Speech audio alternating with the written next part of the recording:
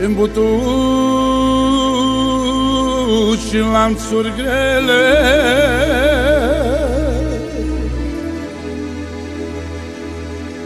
Pavel și Sila era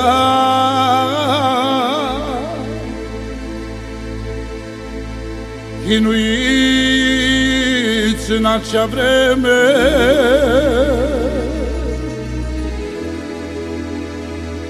Pe Domnul îl lăuda,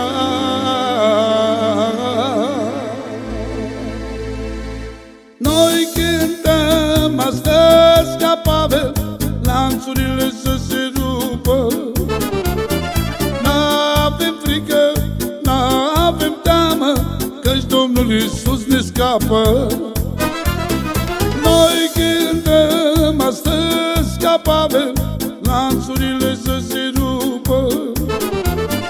N-avem frică, n-avem teamă, căci Domnul Iisus ne scapă.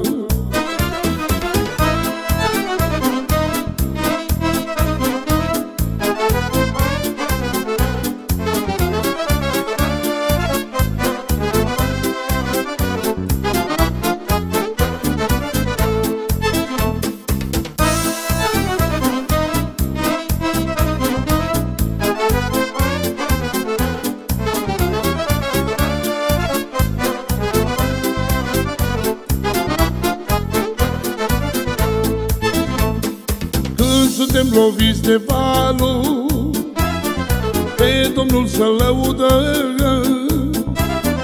căci Domnul din cer coboară la cei ce mereu îl cheamă. Când suntem loviți de valul, pe Domnul să lăudă, căci Domnul din cer coboară la cei ce mereu îl cheamă. Noi cântăm astăzi ca Pavel, lanțurile să se rupă. N-avem frică, n-avem teamă, căci Domnul Iisus ne scapă. Noi cântăm astăzi ca Pavel, lanțurile să se rupă.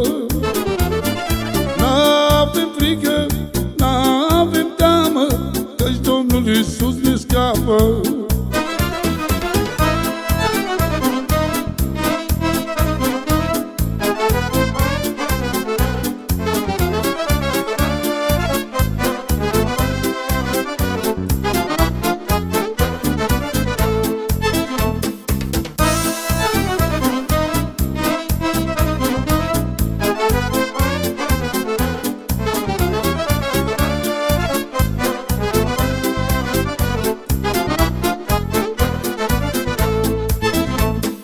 Pentru credința cea sfântă să luptăm până la sfârșit, să putem spune ca Pavel, alergarea mea în sfârșit. Pentru credința cea sfântă să luptăm până la sfârșit, să putem spune ca Pavel, alergarea mea în sfârșit. Noi cântăm astăzi ca Pavel, lanțurile să se rupă. N-avem frică, n-avem teamă, căci Domnul Iisus ne scapă. Noi cântăm astăzi ca Pavel, lanțurile să se rupă.